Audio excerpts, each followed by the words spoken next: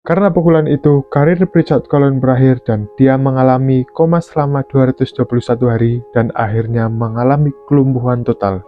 Dan inilah kisah dari petinju profesional Prichard Colon yang mau gue bahas di video kali ini. And welcome to my channel.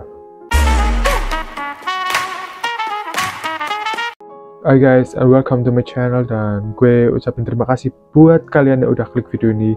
Dan makasih banget buat kalian yang udah support gue dengan cara klik like, comment, dan subscribe. Dan bagi kalian yang belum subscribe, jangan lupa buat subscribe dulu. Dan terima kasih bagi kalian yang udah subscribe. Bagi kalian yang suka dengan dunia tinju, pasti sudah gak asing lagi dengan nama Prichard Colon. Dan kali ini gue mau bahas tentang tinju profesional yang digadang-gadang bakal menjadi bintang besar karena prestasinya di dunia tinju yang gak main-main. Dan inilah kisah dari Prichard Colon. Prichard Colon lahir tanggal 19 September 1992 di Maitland, Florida, Amerika Serikat. Ayahnya adalah pensiunan dari tentara yang bernama Richard Colon. Jadi kalau anaknya itu Prichard Colon dan kalau ayahnya itu Richard Colon. Dan ibunya bernama Nives Colon. Pada usia 10 tahun, jadi ayahnya itu pindah ke Puerto Rico. Dan Prichard Colon memulai karirnya di Stadion Albergue Olimpico di Salinas, Puerto Rico. Dan di sana dia mendapatkan julukan sebagai petinju tinggi, guys. Karena postur tubuh dia yang tinggi di saat itu, guys. Dan selama karir amatirnya, si Prichard Colon itu mendapatkan ketenaran karena memenangkan 5 kejuaraan nasional di divisi 141 dan 152 pound. Jadi kalau tinju itu yang dihitung tuh berat badannya, guys. Kemudian dia dikirim ke pertarungan pra-olimpiade Brasil untuk mendapatkan tiket olimpiade musim panas pada tahun 2012 di London, guys. Namun sayang dia kalah dari petarung Venezuela bernama Gabriel Maestre di babak ketiga, guys. Dan pada tahun 2012, Colon memutuskan untuk menjadi petarung profesional dan dia mengakhiri karir amatirnya dengan rekor 170 kemenangan dan 15 kekalahan. Kalian bisa bayangin, guys. Di karir amatirnya, dia mendapatkan 175 kemenangan dan 15 kekalahan.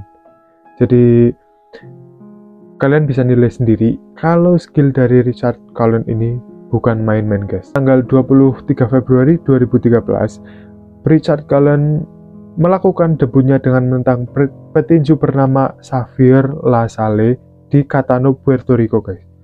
Colon mengalahkan Lasalle ini di babak pertama, guys.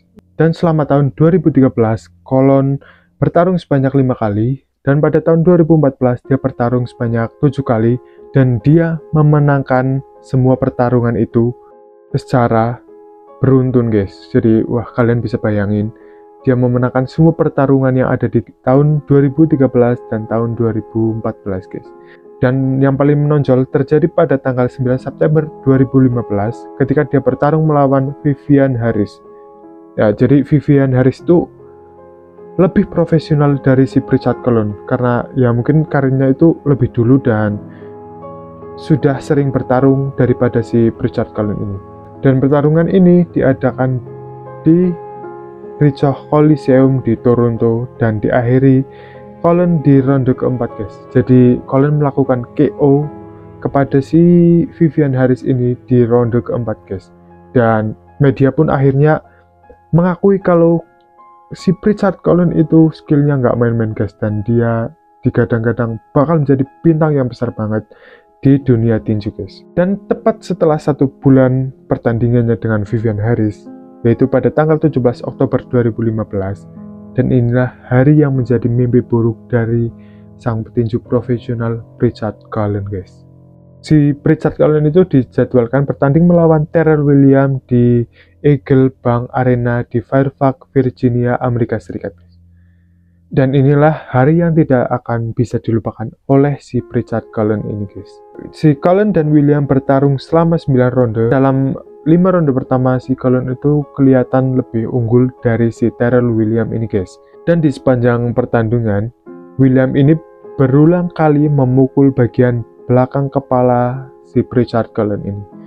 Bagi kalian yang nggak tahu, memukul bagian belakang kepala itu dilarang keras oleh pihak tinju atau di pertarungan-pertarungan lainnya. karena itu bagian yang sangat vital guys.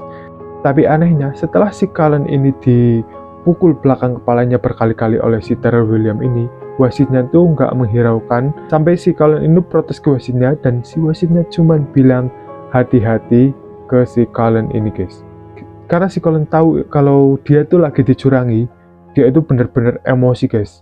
Dan di ronde selanjutnya si Cullen itu memukul daerah vital dari si Terrell Williams ini.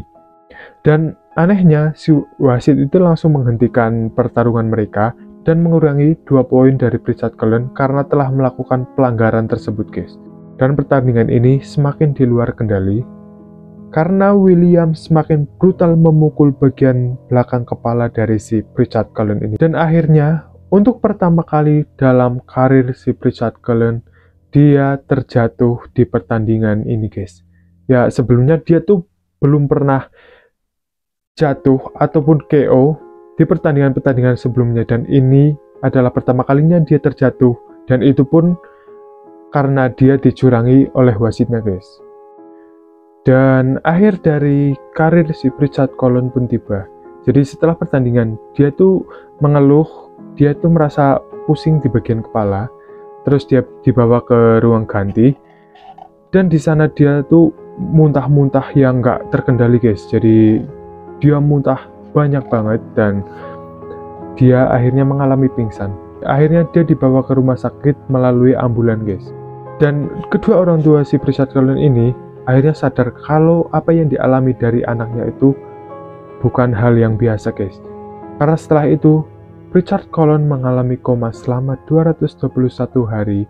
Cullen dirawat selama beberapa minggu di rumah sakit Inova Fairfax di Virginia, tetapi akhirnya dipindahkan ke Shepherd Center di Atlanta, Georgia. Dan akhirnya, mungkin karena biaya sudah menipis, akhirnya Cullen dipindahkan dari rumah sakit ke rumah ibunya di Orlando, Florida pada April 2017 guys. Jadi setelah si Cullen ini koma selama 221 hari, kemudian ketika dibangun dia sudah mengalami kelumpuhan total, di mana yang bisa bergerak cuman kelopak matanya dan bibirnya saja guys. Jadi dia nggak bisa melakukan aktivitas seperti orang normal karena sekujur tubuhnya mengalami kelumpuhan guys. Jadi dia merasa kalau dia itu seperti mayat tapi hidup guys. Dan pada tahun 2017 orang tua Prichard Cullen ini mengajukan gugatan ganti rugi lebih dari 50 juta dolar dari dokter di tepi ring dan promotor di pertandingan waktu itu guys. Gugatan tersebut belum diselesaikan pada tahun 2019 dan ibu Prichard Cullen, Nives Cullen, yakin kalau gugatan tersebut nggak bakal diselesaikan guys.